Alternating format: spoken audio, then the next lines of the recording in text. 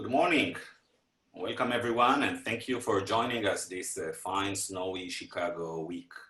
Today we're starting the series of Monopolies in Politics webinars that are part of our pre-conference initiative. I'm Guy Rolnik, a clinical professor here at Booth and the co-organizer of our annual Antitrust and Competition Conference. The conference, that is the offline event, should take place in September, and more information about that will follow. Our new pre-conference Monopolies in Politics workshop webinar series will explore in greater detail some of the conference topics, including the extent to which firms can leverage their market power to capture governmental policy, a topic particularly relevant today when bailouts and stimulus programs around the world are disturbing trillions of dollars of taxpayer money in an attempt to help mitigate the disastrous economic consequences of the COVID-19 epidemic. Our goal is to host a talk every 2 weeks, always on Thursdays. On April 30th, we will host Professor Daniel Crane and Dr. Lisa Gorsman to discuss industrial cartels and the rise of Nazism during World War II in Germany. In other webinars, we will explore industrial Japan, the United States, and movements for reforms in antitrust policy more broadly. So please subscribe to the Stigler Center newsletter, visit our website, and stay tuned for many interesting events in the next weeks. Our first talk today is focused on the role of industrial policy in South Korea's economic development, the extent to which national champions such as the Samsung and Hyundai Chaebols have amassed political power, and what types of reform could help mitigate problems arising from this situation. Our guest is a very important researcher and an activist. Sangin Park is a professor of Seoul National University, Graduate School of Public Administration. He is the author of the book, How South Korea Can Survive a Samsung Electronics Collapse, and the chairman of the Committee on Chaebol Reform at the Citizens Coalition for Economic Justice. He is a vocal critic of Samsung and other chaebols. He studies South Korea's chaebol problems through in-depth comparison with Boeing, Nokia, and other companies. Sangin, thank you very much for participating in this webinar. We will start with a presentation, your presentation, that will take us back from the history of the rise of big business groups in South Korea to the present day and the reform that you are involved with. Sangin, please. Okay, thank you, Guy. Thank you, and hi, everybody. I'd like to talk about the experience of Korea in the process of economic development. And let me have my PPT first. Can you see my slide now? Yes. Okay. Let me briefly present my thought on the economic development and the surge of Korean chaebol and the concentration of economic and political power by Korean chaebol. It has been widely known that Korea has experienced exceptional economic growth since 1960s. It has been recognized by famous scholars like Robert Lucas Jr. at Chicago and the journalists and media.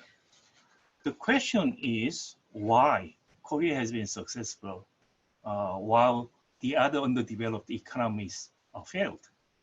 The Korea's developmental strategy can be characterized by government-led or state-led chaebol-centered one. Chaebol means a large business group controlled by founder family in Korea.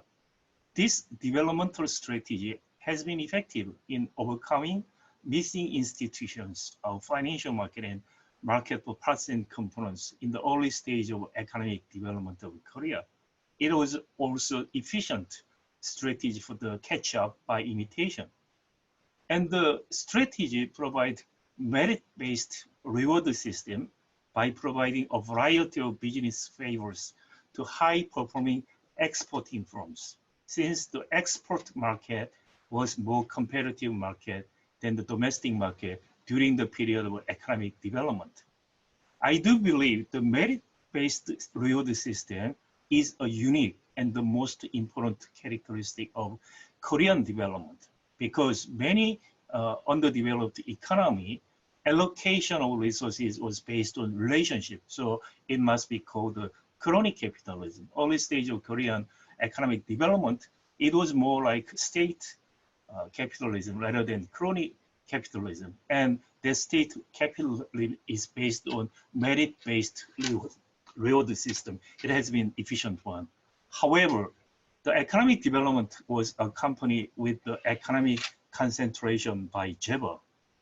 The concentration by chaebol can be recognized using several indicators, such as the chaebol's asset to GDP ratio, the chaebol's sales ratio to GDP, chaebol's share in market capitalization. The concentration by Korean chaebol leads to the economic block by each individual chaebol, in which the vertical integration, intragroup or internal trading, and exclusive subcontracting are prevalent. This economic block by individual chaebol poses many challenges and problems in Korea. Let me be more specific about these challenges and problems in Korea. The first, we have huge intra-group trades and the tunneling in Korean chaebols. 80% of chaebol group firms have intra-group trades, which account for about 13% of total sales of these companies. Out of these many intra-group trades, we observe a lot of pervasive tunneling behavior between the group firms' transactions. The tunneling has been very notorious in Korea. It has been confirmed by several academic work and by many practitioners in Korea. The tunneling and the internal trading or the intragroup trading issue has been so huge, it became huge presidential agenda in 2012. So new regulation was introduced on related party transactions into the Fair Trade Act in 2014. However, this new regulation, had a lot of loopholes, such as the blind spot of the regulation. Hence, the related party transactions and the tunneling have not been eradicated at all. The increasing economic-wide concentration of chaebol and the consolidation by big chaebol firms in major industry led to local monopolization and monopsony. For example, in the automobile industry, Hyundai Motors acquired Kia Motors, while all the other three car makers in Korea went into bankruptcy and then sold to the foreign producers between 1998 and 2004. This merger and reshuffling led to local monopolization in the automobile industry, establishing monopsony in the industry of parts and components of automobiles. Once the monopsonists established exclusive supply chain with the suppliers of parts and components, the monopsonists engaged in price squeezing and intellectual property extortion. Given that there is no punitive damage, no discovery in place in civil lawsuit in Korea, the small and medium-sized enterprises lose both incentive and capacity to innovate, and they are enforced to compete in terms of price alone. Hence, less subcontractors invest in research and development if they are under exclusive contract. As long as the price squeezing provides an easy way for big chaebol company to guarantee its own price competitiveness, the big chaebol firm has less incentive for innovation either. For example, Hyundai Motors ratio of sales to R&D spending is just about 2.4%, while that number of Volkswagen was over 5% in 2014. The price competitive acquired by the price squeezing did not work anymore in Korea for now. For instance, in the automobile industry, Hyundai Motors in China, the market share in China plummeted from more than 10% to 5% between 2014 and 2017. This is mainly because in the low-end model of the automobile, Hyundai Motors is now faced with the competition from Chinese car makers. Also, slow innovation in car makers and the parts and component producers put the Korean automobile industry in jeopardy in the wake of connected car and electronic vehicles. Also, the exclusive supply chain established within the Chaebol block in Korea give the closed innovation system in Korean manufacturing sector, which is really a contrasting with the open global innovation system adopted by many companies and the industry worldwide. As you can see, this diagram provided by OECD, whether it is large or small companies, the Korean companies are not connected in the international collaboration for innovation. This story is not limited or unique to the automobile industry in Korea at all. This is a more general and more pervasive story across all the major manufacturing sector in Korea. Many indicators show the decline of the competitiveness of manufacturing sectors, including steel, shipbuilding, shipping, and petrochemical and consumer electronics since 2011. Let me show you just one indicator, which is the export growth rate recorded by the OECD. In 2001 to 2011, the export growth rate of Korea was 5.5 times higher than the average of OECD. However, since 2011, the export growth rate of South Korea became smaller than the average of OECD. The monopsony and the price squeezing is a major cause of the wage gap between workers at small and medium-sized enterprise and workers at big chaebol companies. Typically, the workers at small and medium-sized enterprise of Korea earns less than 60% of those at large workplace. In a society of economic-wide concentration by small number of big business groups like Korea, this wage gap between SMEs and large companies is a key element of widening income inequality in Korea. Fighting chaebol and reforming the chaebol has been failed in Korea, sadly. The Korean chaebol became so-called bigness, as indicated by Justice Brandeis, US Supreme Court Justice Brandeis, in the beginning of 20th century. The concentration of economic power and political power in the hand of a few chaebol caused serious governmental capture, judiciary capture, media capture. Governmental capture is not unique to conservative administration in Korea. Even in the progressive government or administration, the governmental capture has been very serious. For instance, in 2007, which is the end year of the term of the late President Roh Moo-hyun, in the year, the economic concentration of chaebol increased sharply because of the chaebol deregulation implemented by the Roh administration. The current Moon Jae-in administration also has been very reluctant in implementing the pledged chaebol reform since taking office. Even worse, the Moon administration has been pushing pro-chaebol policy since 2018. Last year, special law on internet-only banks was enacted, breaking the principle of separating banks from non-financial firms. Moon administration is also showing very big interest in introduction of dual-class shares in the name of venture fostering. Some Korean law have special clause for Korean chaebol. The most notorious one is the Samsung clause in the Insurance Act. There is a rule called the 3% rule in the Insurance Act, which means an insurance company shall not have affiliate firms, stocks and bonds whose combined values cannot exceed 3% of its asset.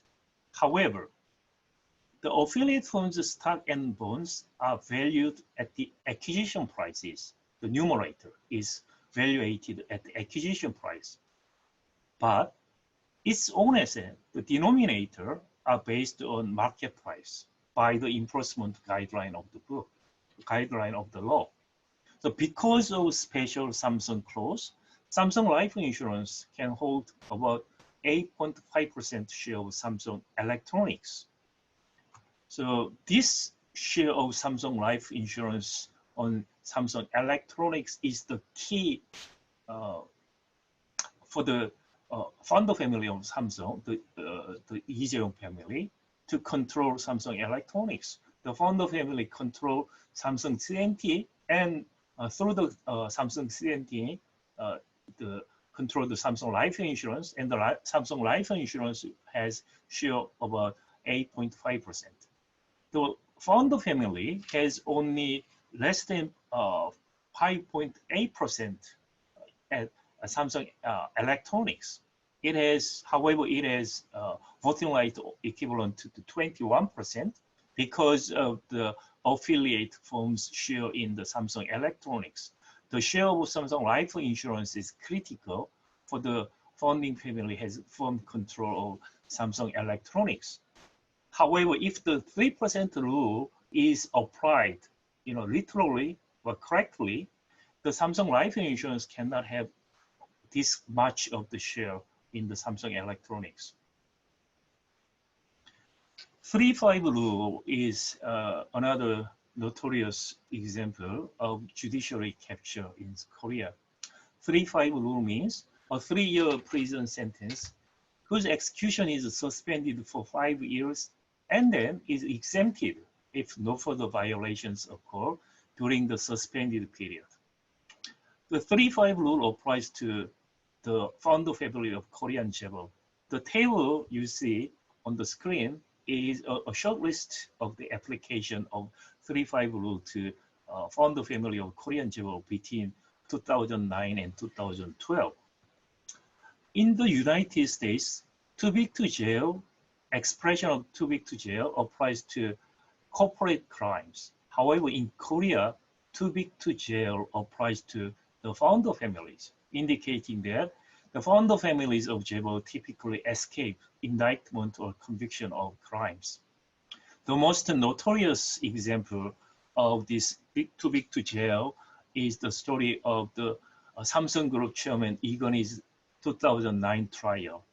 I do not have enough time to go detail of this story, but I recently published an article in ProMarket regarding the judiciary capture in South Korea. If you are more interested to know about the details of this story, please read my article in ProMarket. The judiciary capture is closely related to judges' career concern and opportunities in Korea. Many judges in their 40s and 50s typically get the early retirement when they are not promoted to higher rank position in the system. These early retired judges typically join legal team of chaebol firms or law firms whose big clients are the chaebol firms. Media capture is another big issue in Korea. So media capture sometimes reinforce the judiciary capture. For instance, after the High Seoul Court decision in favor of Lee Jae-yong in the trial related to ex-President Park Geun-hye and the bribery case, almost all newspapers shared that sentence as a phrase of warm breeze on business and supported the court decisions. Media capture in Korea maybe occur for several reasons.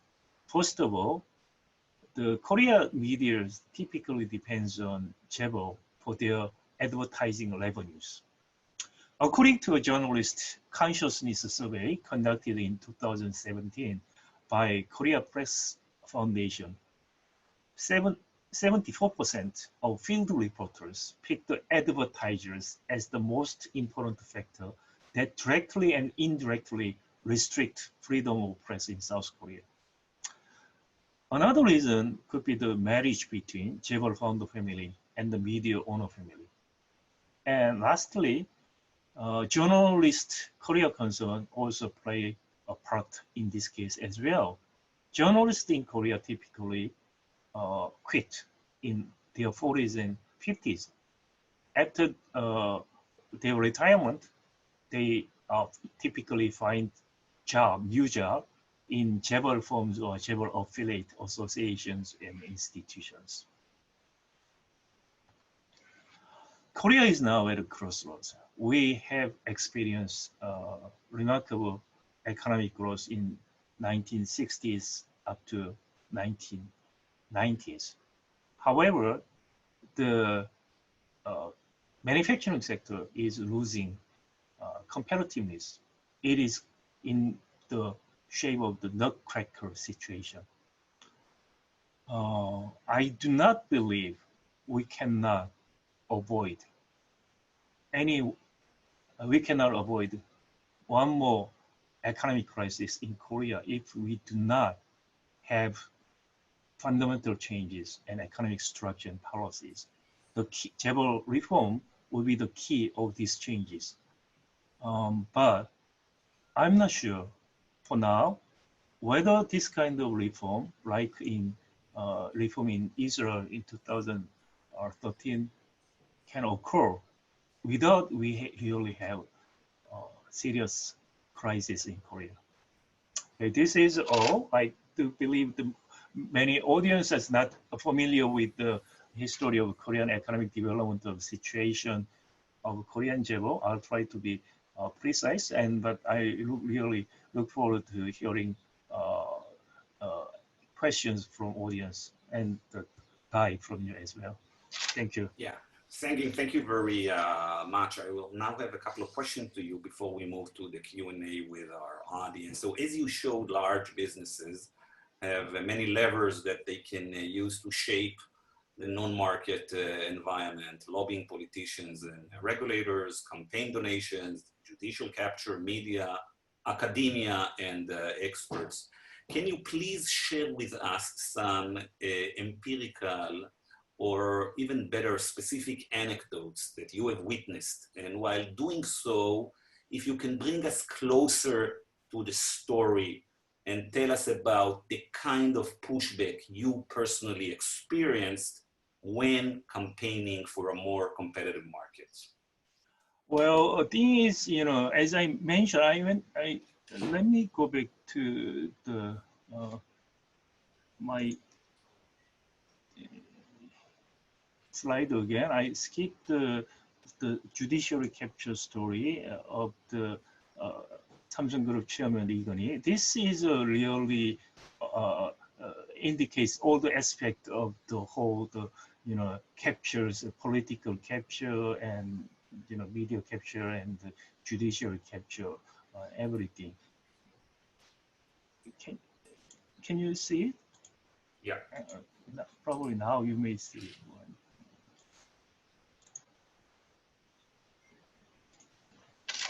Okay. In 2009, it's a really long story, but let me make the story shorter.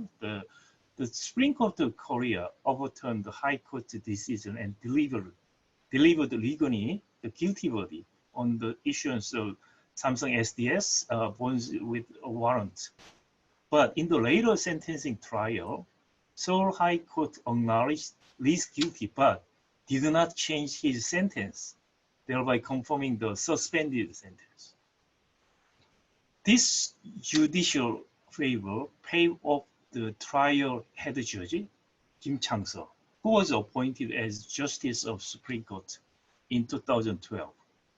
Also, after the trial, the son of the special prosecutor of this case joined Samsung Electronics as the section chief.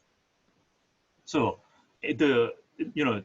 Samsung and Korean Chaebol occupy many resources in Korea.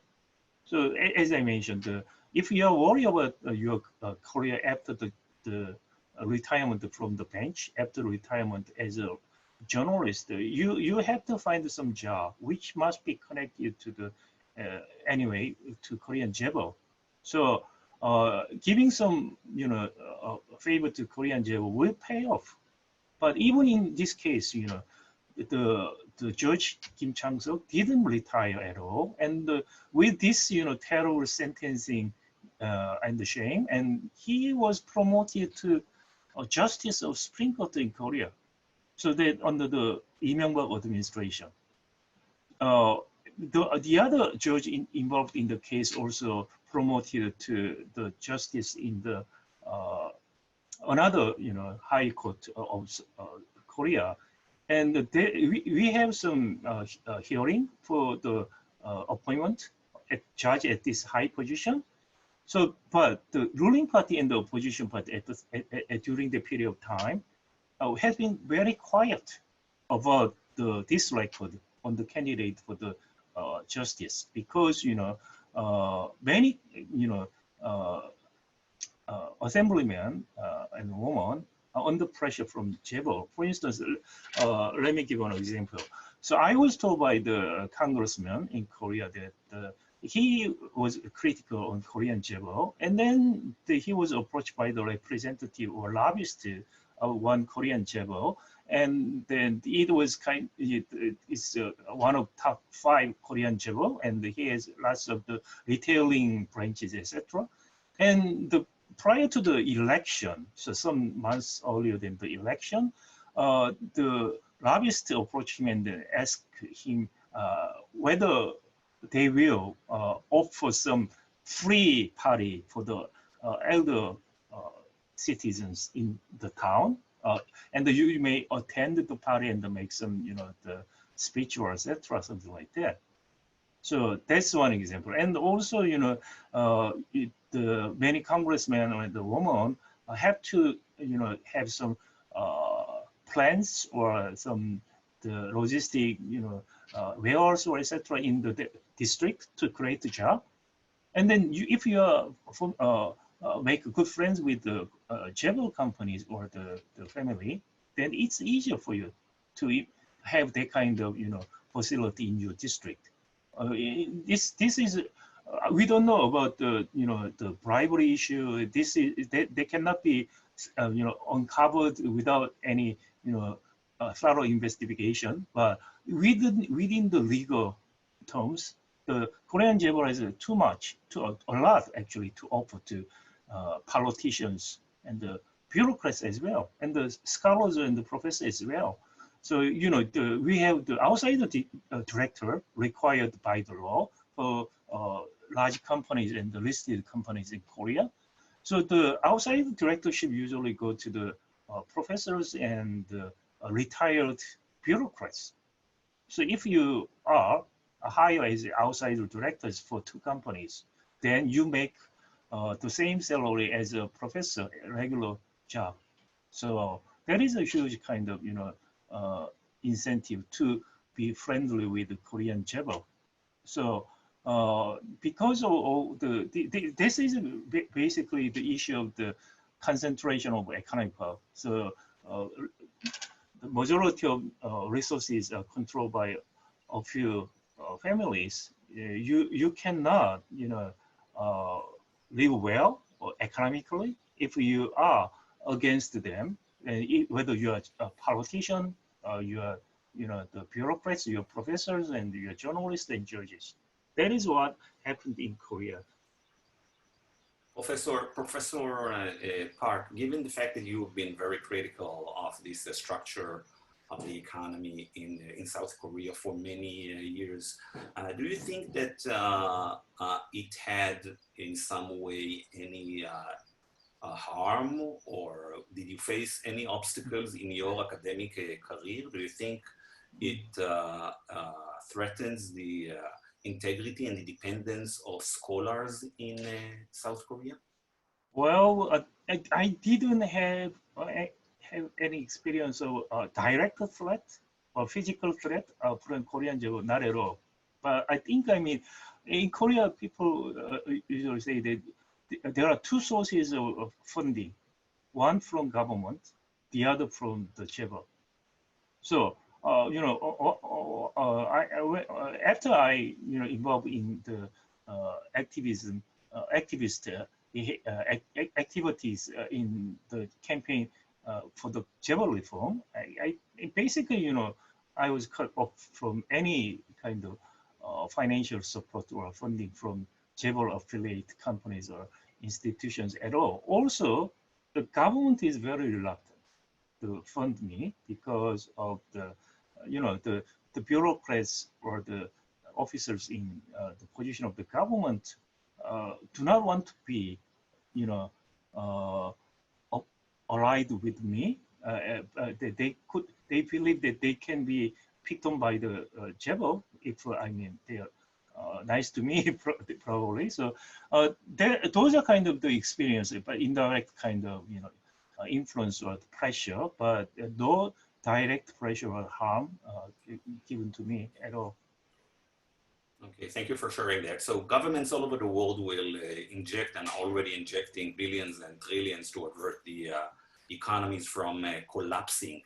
Do you think that the efficiency and the impact of those stimulus efforts will have any kind of correlation in each respective economy with the amount of concentration of political power that large private firms were able to amass ahead of the crisis and maybe even during the bailouts? I do believe so. I strongly believe so. Actually we do have some kind of micro evidence in our experience. Uh, the Korean shipbuilding industry and the shipping industry went through the huge restructuring since 2010, and then government poured a lot of money to bail out big shipping companies like Deo Marines, and they spent really several $billions for the restructuring.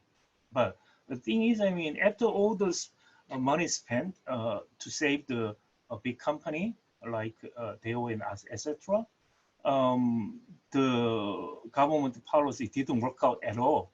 The company, the financial and the economic situation became worse and worse. Also, there was opportunity cost to bail out the big companies because, I mean, small companies, small business didn't get enough help.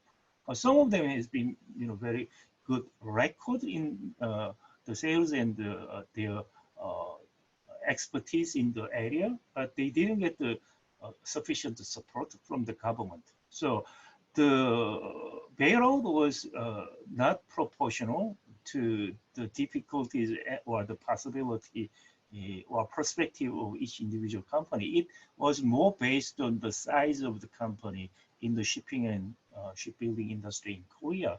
That caused a lot of inefficiency, and it is a total failure in my opinion. So there was kind of some micro level evidence between the correlation between the monopoly or the concentration of economic power and the bailout, in my opinion.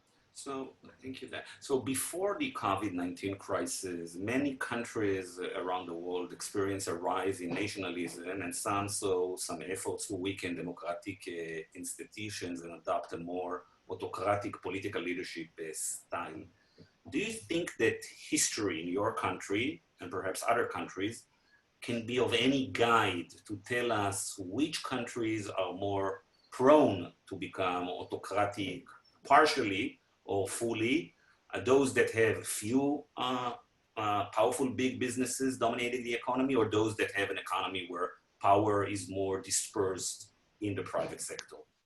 Well, I think there is no correlation between the concentration of economic power and the autocracy.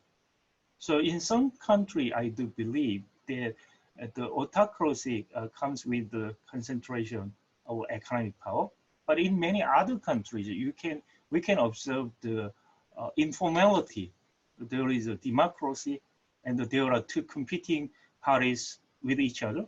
But the parties cannot do anything about the establishment and the big companies, and they are all captured basically.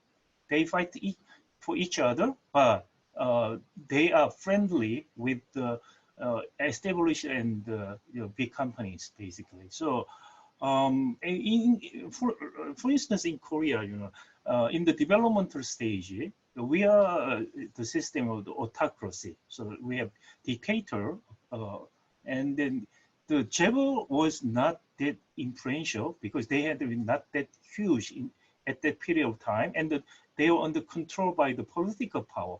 But as economic developed, there has been shift from power from dictatorship to the democracy, but the concentration of economic power of chaebol and the negative side of that aspect has been more and more serious after the democracy and after the economic development. So the reason that we do not have serious chaebol reform so far is that whether the government is progressive or conservative, they are not. They are very reluctant for any serious reform, especially if it comes to the chaebol reform. So I'm not arguing that they are all captured by chaebol for now, but at least, I mean, if it is the case, whether it is a democracy in politics informality, it doesn't matter. Okay. So before we go to the Q&A, I'm sure that our audience, particularly now, would like to understand why is it that at this particular point, South Korea is doing a better job than most countries around the world in containing the spread of the coronavirus and restoring economic activity. Do you think that it has anything to do with quality of government, social capital, or norms? Or perhaps it's merely a reflection of the fact that South Korea dealt with the MERS coronavirus very recently, just in 2015, and therefore you were faster to prepare and to react?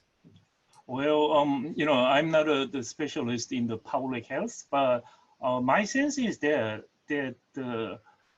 our experience of the MERS was the most critical aspect, which make the difference between Korea and the rest of the world. In the case of the MERS, we suffer from almost 20% of death rate. We have 38 deaths out of the 186 cases. Also, we experienced the hospital contaminations and the management of the government officers during the spread of the MERS in 2015. So that helped us to get ready and to be prepared in quality, in the government side as well as the people side. So Korean government is better equipped to deal with this outbreak of the COVID-19 because of our experience in the MERS. And in that sense, in certain aspect, we have some quality of government at this aspect of the service. But at the same time, but more importantly, I think the people's awareness of the seriousness of this infection and the virus made really difference in this case, because in the beginning, from the beginning, Korean people were very afraid about the widespread outbreak of the coronavirus, and we voluntarily engage in the strict social distancing. And we are more cautious about the personal sanitization, such as wearing a face mask and washing hands very often, like that. So the public awareness actually was the key in the success of the Koreans' response to the COVID-19 disease outbreak. So let's move now to the Q&A. We already have four very good questions. So the first one would be, what are the steps that Koreans, people, intellectuals, politicians are or should be taking in order to change the aforementioned situation in South Korea? Well, the thing is, I mean, as I emphasized in my presentation, the governmental capture, media capture, judicial capture, academic capture, all are very serious in Korea. So I personally has very difficulty in mobilizing the expert group in the front in the case of the Chaebol Reform.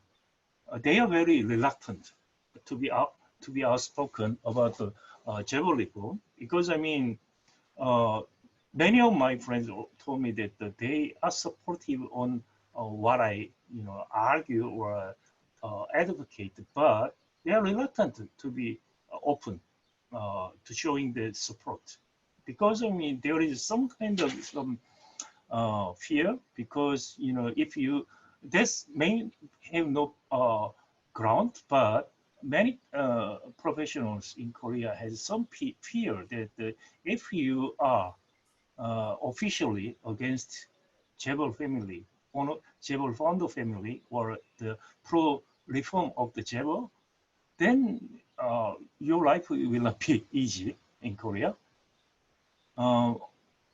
But I think, I mean, I've been traveled to the Israel for the reform in 2013, and I realized one big difference between Israel and Korea. That is the role of the media. So I actually admire you, Guy, when you did the leading role in advocating the reform in Israel. We actually need that kind of the media in Korea. We need more, intellectuals and the professors who will show the willingness and some, support for the reform. But the people's awareness is critical. The media, I think, critical because the media will have the people's awareness of the importance of Korean Chaebol reform. But very unfortunately, Korean media are not in that position to have that kind of role. Thank you for that, Sangin. I would like to add that actually when I look now at the list of participants, there are at least two academics participating in this webinar, that when we were campaigning against the concentration in Israel, we got a lot of inspiration and help from them. We had in Israel Professor Ishai Yafe, and of course we have here in Chicago Professor Luigi Zingales, that his research we used it time and again to explain what's the difference between pro-market and pro-business. So the next questions probably come from one of the academics. Does the academic funding also includes access to data? Do people closer to the chaebols have access to better data than those criticizing it? Not really. That is one advantage in Korea. I mean, if you are more interested in the Chaebol issue in Korea, by law, the Chaebol have to report their ownership structure and shareholding between and among the affiliate company to antitrust authority of Korea. So because of that requirement, we have better access to the structure of the ownership and the holding structure of the Chaebol affiliate companies. As far as the data is concerned, I do not believe that is the case. So yeah, data is not an issue. Okay. So another question, why don't chaebols notice the long-term threat to their dominance from the exercise of monopsony power? Can they self-correct? Yes, that is a good question. But thing is, I mean, they have some kind of calculation, right? So as a member of the founder family, you will get some benefit from the normal business activities of your affiliate companies, right? The prosperity of the affiliate companies is in the line of your own interest. But at the same time, you can have, some uh,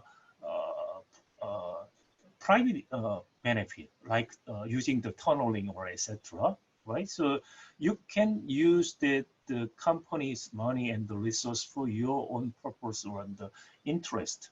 That is tunneling behavior. So that could be sometimes. I mean, the profit from the normal business activities and the tunneling profit, I mean benefit, can be has some trade-off. So if you have more weight, or if you have more benefit from the tunneling and the private benefit seeking behavior, then the dividend and other return from your own investment on your own companies, right? So you have less incentive, or you are less sensitive to the profitability or the long-term perspective of the user or the normal activities of the companies. All right, so I want to try to answer all the questions, so let's perhaps do it more quickly. Can you imagine a way to create a coalition to fight the chaebols? Do they threaten or fire workers who push for reforms like happens in large companies in the US? Well, I do believe. I mean, I've been a little bit pessimistic about uh, the occurrence of the Chaebol reform before we have actual crisis in Korea once again. But however, still I do believe. I mean, there is a better chance because of the awareness of the people, and because the awareness of the more investors, not individual investors, but institutional investors in Korea for now. And so the chance is better than in the past. But still, I do believe that I'm a little bit pessimistic for now because without any huge momentum, that big change may not happen in Korea. So I really try to avoid that kind of crisis and to prevent that kind of occurrence of the crisis. And I argue that we need a reform to prevent that kind of crisis, etc. But the thing is, I mean, people, are not very sensitive. Let me put it in this way: the difference between Korea and Japan in the situation of reform with Chaebol is the following: the Korean Chaebol has been successful in economic development. So many Korean people are proud of the Samsung Electronics and the Hyundai Motors, right? So, but in case of Israel, the domestic industry dominated by the Israel has not been very, promising at all. So it's easy for people to recognize that if you say that there is a problem with the Chaebol. But in case of Korea, the Chaebol Central Development Strategy has been successful. So, but the thing is, I mean, it was passed. Now, because of the success of the past and because the concentration of the economic power as a consequence of the success, we have problem. But many people cannot sense it, because superficially, still the national champion is the Samsung Electronics and the Hyundai Motors, and they believe that if those companies are in trouble, we'll be in trouble.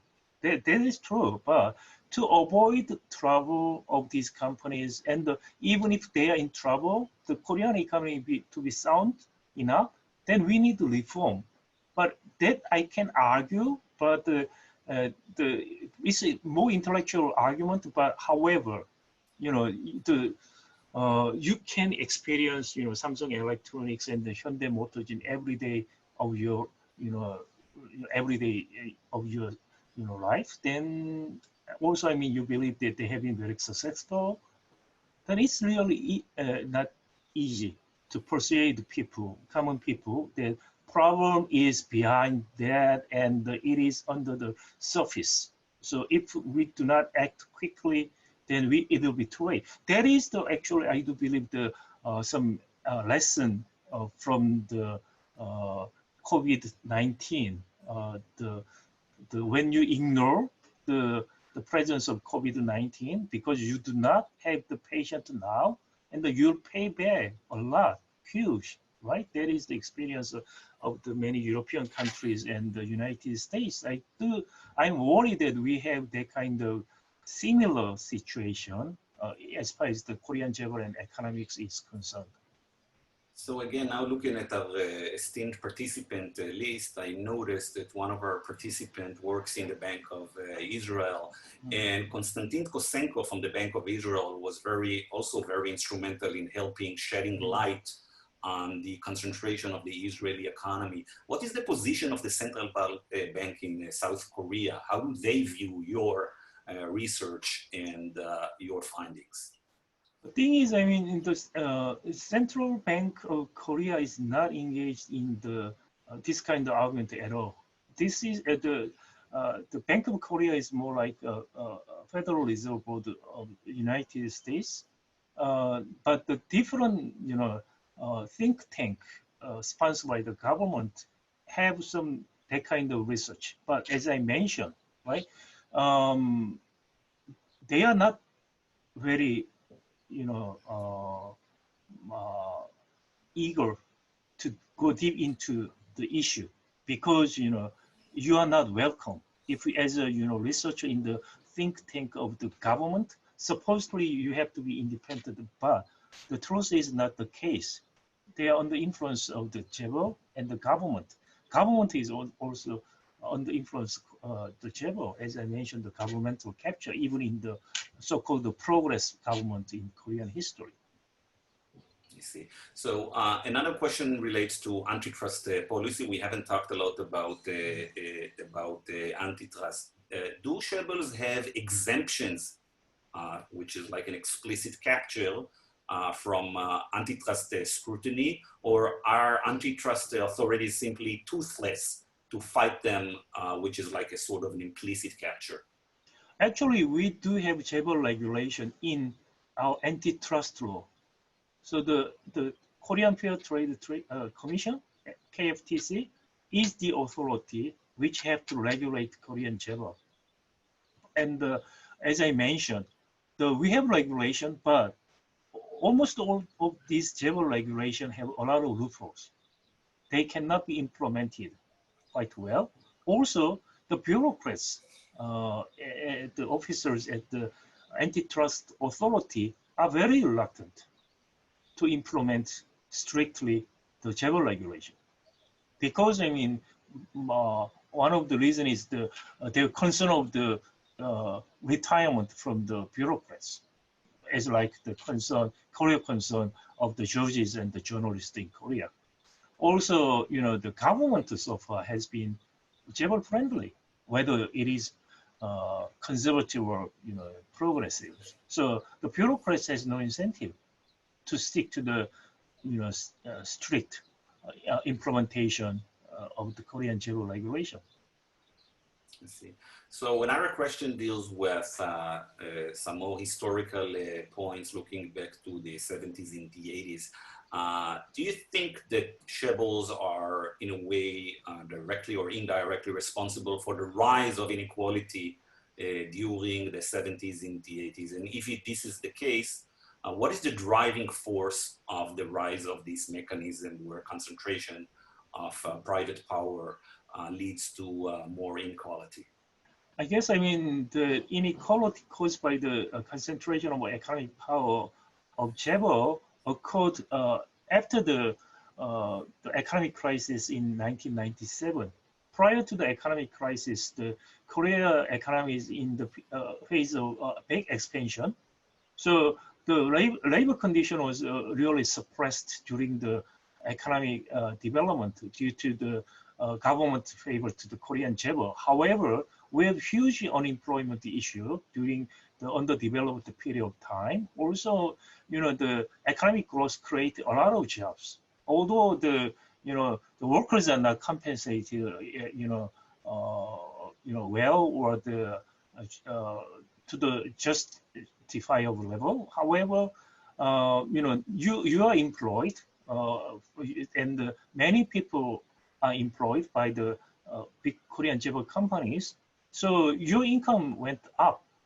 So the inequality during the period of rapid economic development actually, went up a little bit in the beginning, but went down.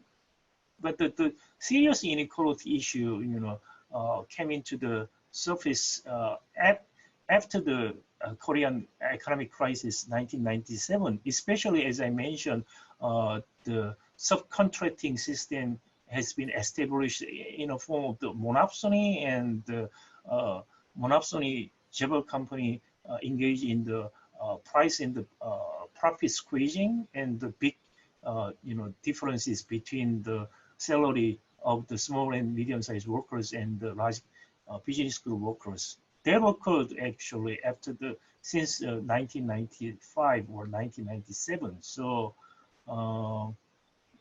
we have to understand the different impact of the Korean chaebol on different stage of economic development of Korea. I believe we're about to end, and we have one last question, a legal question. So why do you think that it's difficult to implement punitive damage and discovery in Korea? Yeah, that's really sad story, because I mean, when the advocate for the punitive damage and the discoveries are under attack from the business people on the Korean chaebol, because I mean, this regulation make the company to operate, not easily.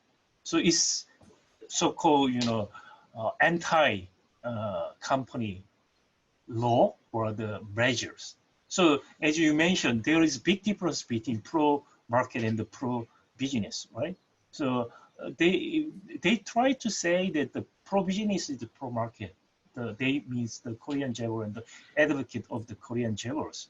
So they basically say this is bad for the business and the bad for the economy. So this can, and there is a chance of abuse of this, punitive damage and the discovery, etc.